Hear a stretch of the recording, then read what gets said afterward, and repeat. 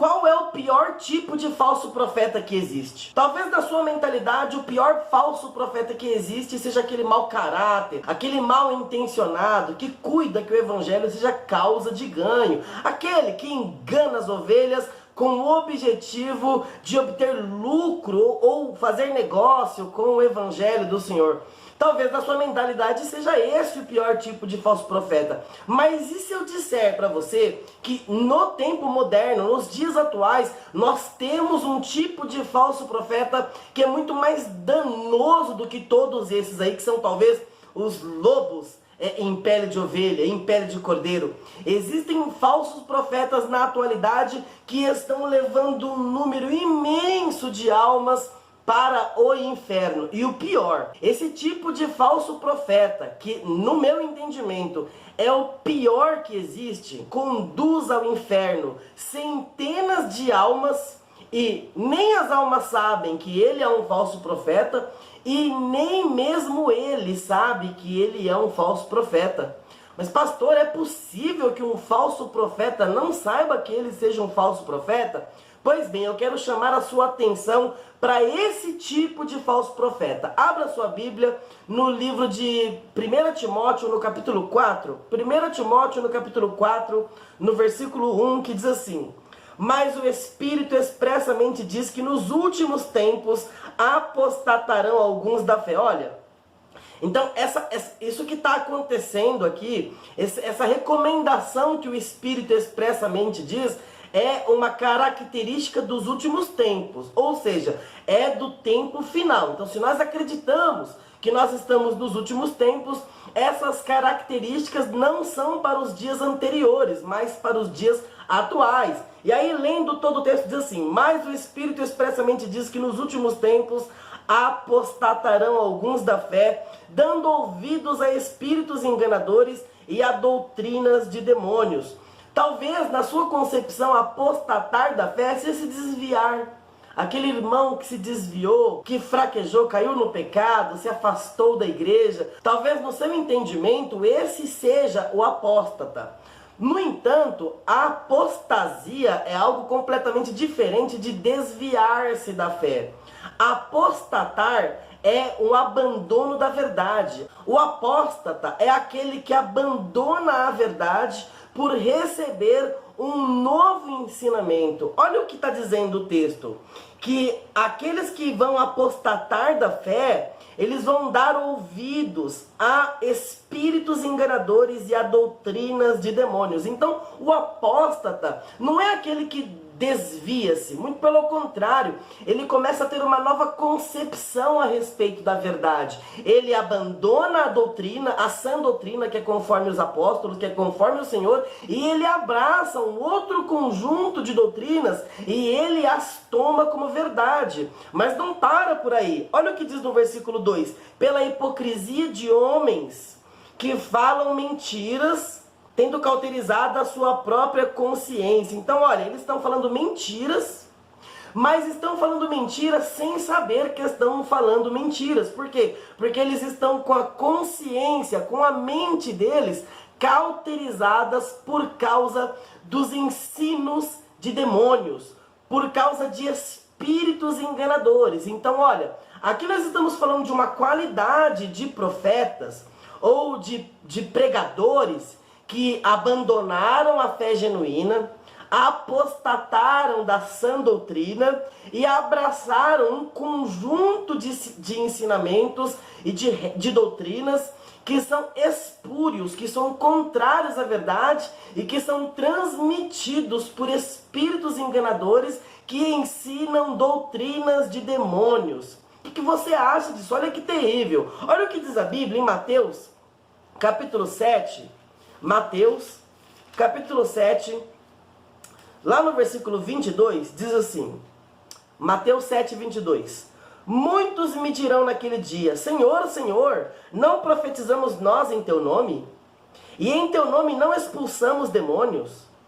E em teu nome não fizemos muitas maravilhas? E então lhes direi abertamente: nunca vos conheci, apartai-vos de mim, vós que praticais a iniquidade. Olha que interessante. Aí talvez você pense: não, tudo bem. Então um apóstata é aquele que abraça uma nova doutrina, é um cristão que vai abraçar o budismo, o shintoísmo, o espiritismo ou qualquer outro tipo de fé. Mas não é exatamente sobre isso que as escrituras estão falando. Para alguém apostatar da fé, que é abandonar a fé genuína e abraçar um conjunto de doutrinas que sejam ensinamentos de demônios, não necessariamente quer dizer que essas pessoas deixaram de ser cristãs.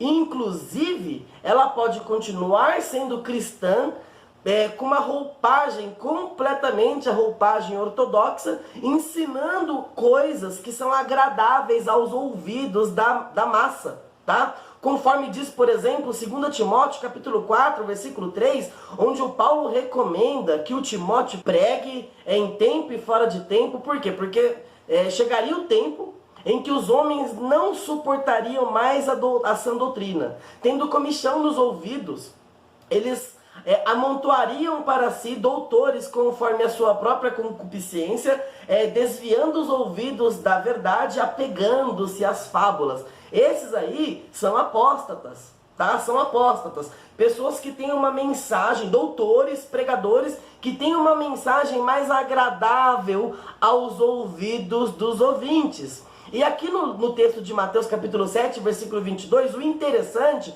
é que Jesus está dizendo assim, olha, naquele dia, e qual é aquele dia? É o dia do juízo final. Muitos me dirão naquele dia, Senhor, Senhor. Olha, se eles estão chamando Jesus de Senhor, é porque eles acreditam piamente serem cristãos. Eles acreditam que são servos de Jesus. No entanto, eles vão se justificar, eles vão dizer assim, não profetizamos nós em teu nome, e em teu nome não expulsamos demônios, e em teu nome não fizemos muitas maravilhas.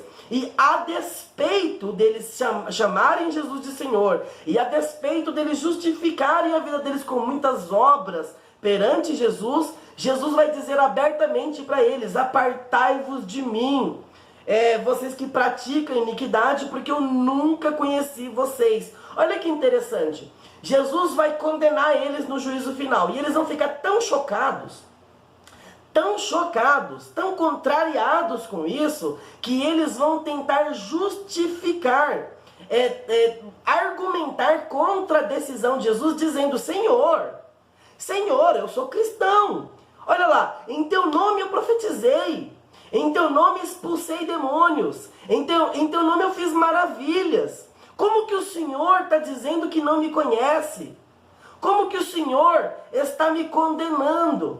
Olha que interessante. Então essa pessoa, ou essa qualidade de pessoas aqui, que estão sendo condenadas no juízo final, eles profetizam, expulsam demônios e fazem maravilhas. O que isso quer dizer? Que ter dons espirituais, ou ser usado aí, talvez em sinais e prodígios de maravilhas, não é garantia, não é um selo de qualidade de homem de Deus.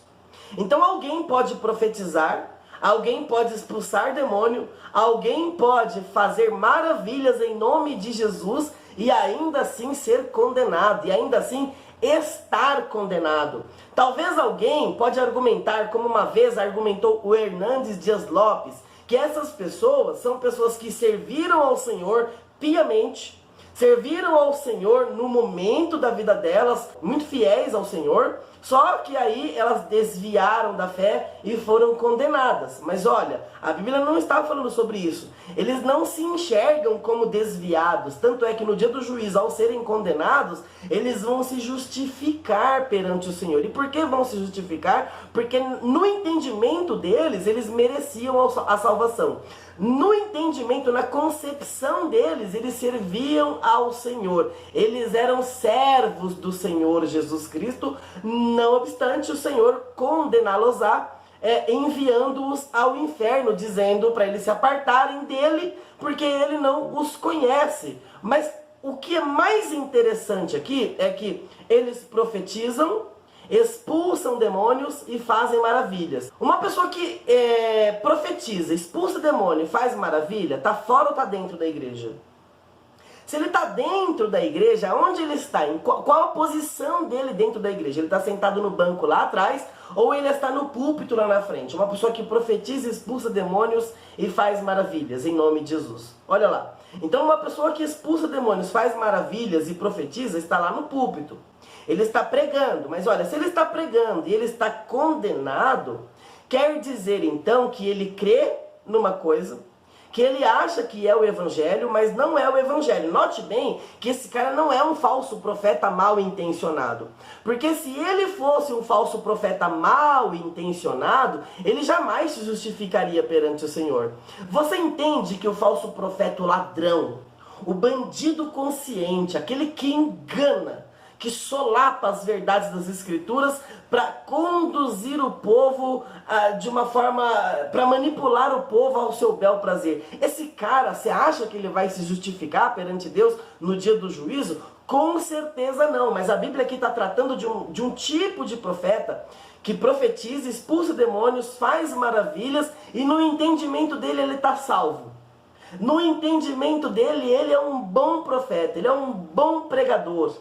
No entendimento dele, ele está fazendo a vontade de Deus, mas não está. Tanto é que o versículo anterior, o versículo 21, fala assim, olha, nem todo aquele que me diz Senhor, Senhor, Senhor, entrará no reino dos céus, mas somente aquele que fizer a vontade do meu Pai que está no céu. Então, no versículo 22 vai falar, muitos me dirão naquele dia, Senhor, em teu nome, etc e tal. Olha o que acontece. Esses caras não fazem a vontade do Senhor.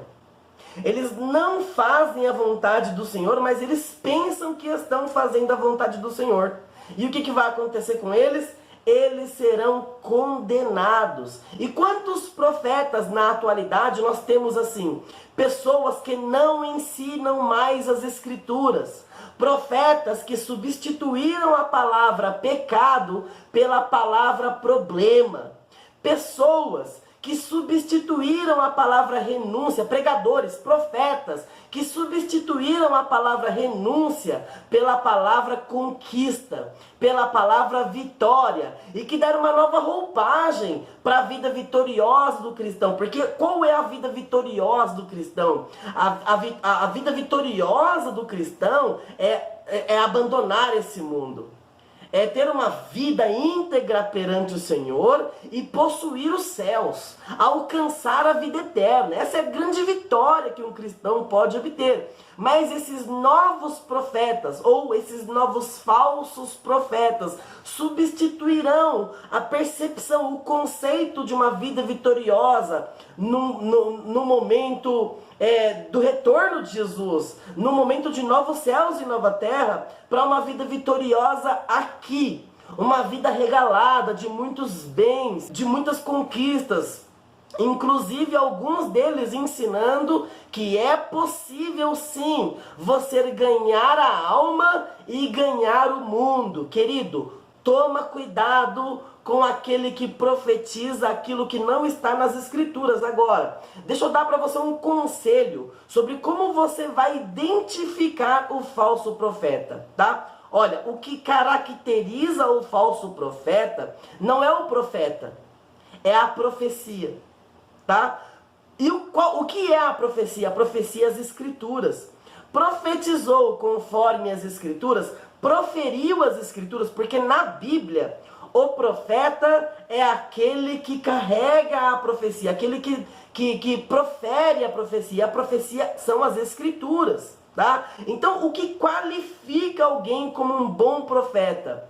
O que qualifica alguém como um bom profeta não é o profeta, mas é a boa mensagem. São as Escrituras.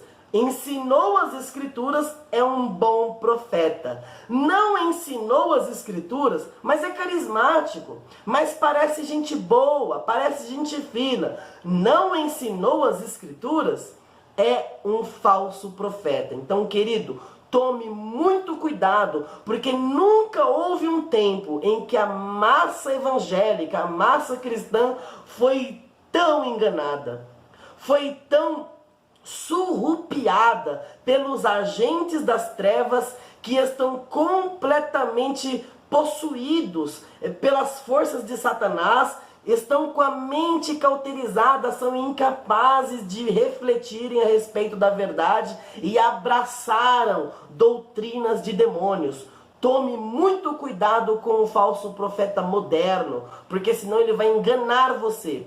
Se você hoje costuma ouvir pregadores, ou até mesmo você participa frequenta uma igreja que não ensina a respeito de renúncia, não ensina a respeito de ressurreição dos mortos, pelo contrário, só se fala de problemas, só se fala de vitória, só se fala de bênçãos, só se fala sobre como possuir a terra prometida, e a terra prometida é essa, comer o bem e o melhor dessa terra, querido. Desconfie, desconfie, porque alguém está enganando você. Tá certo? Então fique com essa mensagem, se apegue às escrituras. Por isso que é importante você conhecer as escrituras. A Bíblia diz em Oséias capítulo 4, versículo 6: o meu povo está sendo destruído porque lhe faltou conhecimento. E Pedro, na sua segunda epístola, no capítulo 3, no versículo 18, fala que nós devemos crescer na graça e no conhecimento. E Jesus, em Mateus capítulo 22, versículo 29,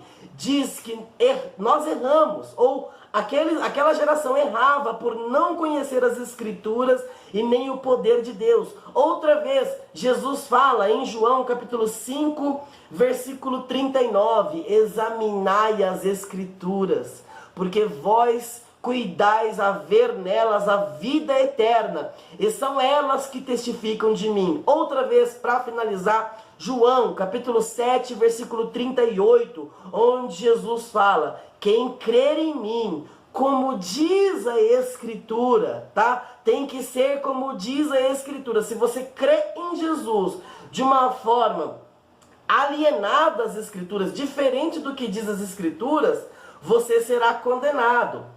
Tá certo? Então quem crê em Jesus, como diz a Escritura, rios de água viva fluirão de dentro do seu ventre. E o próximo versículo diz que ele falava disso a respeito do Espírito Santo que havia de vir. Olha, então que só recebe o Espírito Santo fluindo de dentro do seu ventre, do seu interior. Só é habitado pelo Espírito Santo quem crer em Jesus, como diz a Escritura.